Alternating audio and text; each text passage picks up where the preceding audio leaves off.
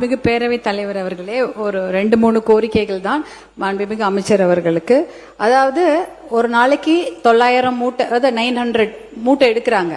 அங்க மூட்டை சாக்கு மட்டும் தான் வாங்கி தரப்படுகிறது, சணல் வாங்கி தரப்படுவதில்லை. கிலோ கிலோவா சணல் வாங்கணும். அதை வாங்கி அந்த மூட்டையில அவங்க கொட்டி அதை தச்சு அதுக்கப்புறம் அவங்க அடுக்க போறாங்க. அதுல வந்து அமைச்சர் கொடுக்கிறோம். வருடத்துக்கு ஒரு தடவை 2 கோடி ரூபாய் செலவுக்கு மேல சணல் வாங்கி கொடுக்கிறோம். எல்லா இடங்களையும் கொடுக்கிறோம். கொடுக்கலன்றதா அதிகாரிகள் வாங்கி தரவில்லை என்பதுதான் நாங்க போன டிபிசில எங்களுக்கு தரப்பட்ட தகவல். அப்போ 3 பேர் தான் இருக்கிறாங்க ஒரு டிபிசில. 3 பேருக்கு ஆளுக்கு ஒரு நாளைக்கு 300 மூட்டை ஏத்தி அடுக்கணும். மூட்டையை கொட்டணும், வெயிட் போடணும், சணல்ல தச்சு கொண்டு போய் அடுக்கி வைக்கணும். அதுக்கு 10 ரூபாய் தான். யாருக்கு அப்ப என்ன பண்றாங்க? விவசாயி கிட்ட தான் அந்த காசை வாங்கிடுறாங்க. லஞ்சம்னு நான் எப்படி சொல்றேன்னா, நீங்க இங்க விவசாயியும் மூட்டை தூக்குற தொழிலாளியும் பிட்டிங் அகைன்ஸ்ட் ஈச் அதர். அவனும் பாவம் ஏழை, இவங்களும் ஏழை, 2 பேருக்கும் தான் இங்க பிரச்சனை. அதனால அத ஒரு தாயிலம் கொண்டு களையணும்னு தான் கேட்டுக்கிறோம், வேற ஒண்ணும் கிடையாது. அதனாலதான் ஒரு 10 ரூபாய் ஏத்தி கொடுங்க. மூட்டை தூக்குற தொழிலாளிக்கு தான் இது பண்ணு. அது அவங்க நீங்க நான் என்னோட கோரிக்கைகள் அப்புறமா பேசுவேன், இல்ல நான் பேசிடுவா. என்ன திருப்பி இன்னும் கோரிக்கை ஒரு 4 நிமிஷம். அதாவது ஒரு சமோசா விக்கிறவங்க கூட அவங்க பொருளுக்கு அவங்க தான் விலை வைப்பாங்க. ஆனா விவசாயிக்கு அந்த வாய்ப்பே கிடையாது.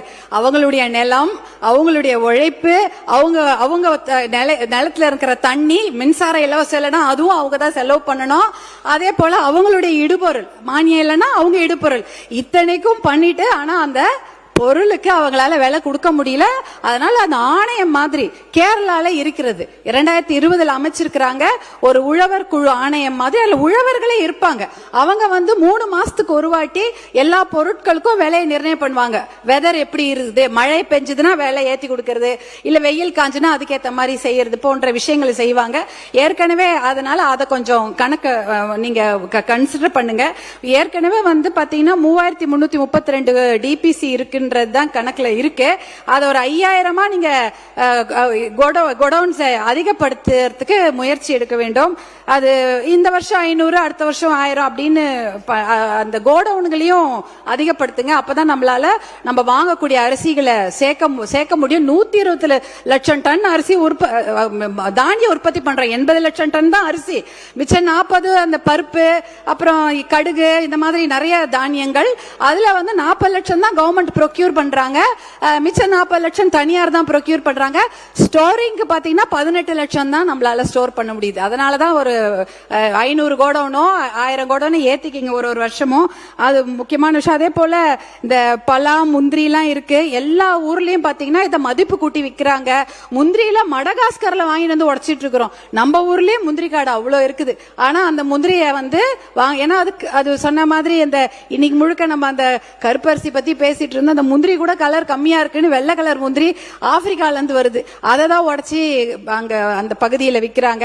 பலாவுக்கு ஒரு 200 வெரைட்டி இருக்கு. இதெல்லாம் வந்து கோடவுன் மட்டும் இல்ல, மதிப்பு கூட்டி விற்கிறதுக்கு முயற்சி எடுக்கணும். தர்மபுரியில அதிகமா சிறுதானியங்கள் விளைகிறது, அதுக்கும் ஒரு நல்ல வழி ஏற்பாடு பண்ணி கொடுங்கன்னு கேட்கிறோம்.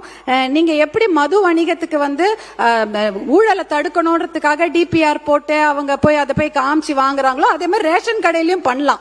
ஏன்னா ரேஷன் கடையில இது செய்யலாம். ஏற்கனவே பாத்தீங்கன்னா அங்க பாமாயில் இல்லன்னு வாங்க, ஆனா இருக்கும். இல்ல எல்லா அரிசியும் வித்துருச்சுன்னு வாங்க, ஆனா அரிசி இருக்கும். அப்ப வந்து இதை வந்து QR கோடு போட்டு வீட்டுல வாங்க முடியும்னா அதுவும் நீங்க கன்சிடர் பண்ணலாம். ஏன்னா இது ஒரு டிஜிட்டல் ஆக்கிறதுக்கு ஒரு வழி இருக்குது. அதை நீங்க பாருங்க. GIன்னு ஒண்ணு இருக்கு, ஜியோலாஜிக்கல் இண்டெக்ஸ், புவிசார் குறியீடு.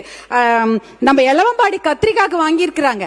அத மாதிரி ஒடுகத்தூர் கொய்யா, வெத்தலை, மஞ்சள், பட்டுப்புடவைக்கெல்லாம் GI வாங்கியிருக்கோம். புவிசார் குறியீடு வாங்கறதுக்கு ரொம்ப முயற்சி பண்ணோம். ஏன்னா புவிசார் குறியீடு வாங்கிட்டா விவசாயி அதுக்கு விலை வைக்கலாம். ஆனா அதை ஸ்டோர் பண்றதுக்கு கோடவுன் வேணும். இந்த மாதிரி நிறைய விஷயங்கள் இருக்கிறது. இதை கன்சிடர் பண்ணுவாரு. மானிய கோரிக்கையிலே பேசுற மாதிரி எல்லா கருத்தையும் சொல்ல வேண்டாம். சரி, நன்றி.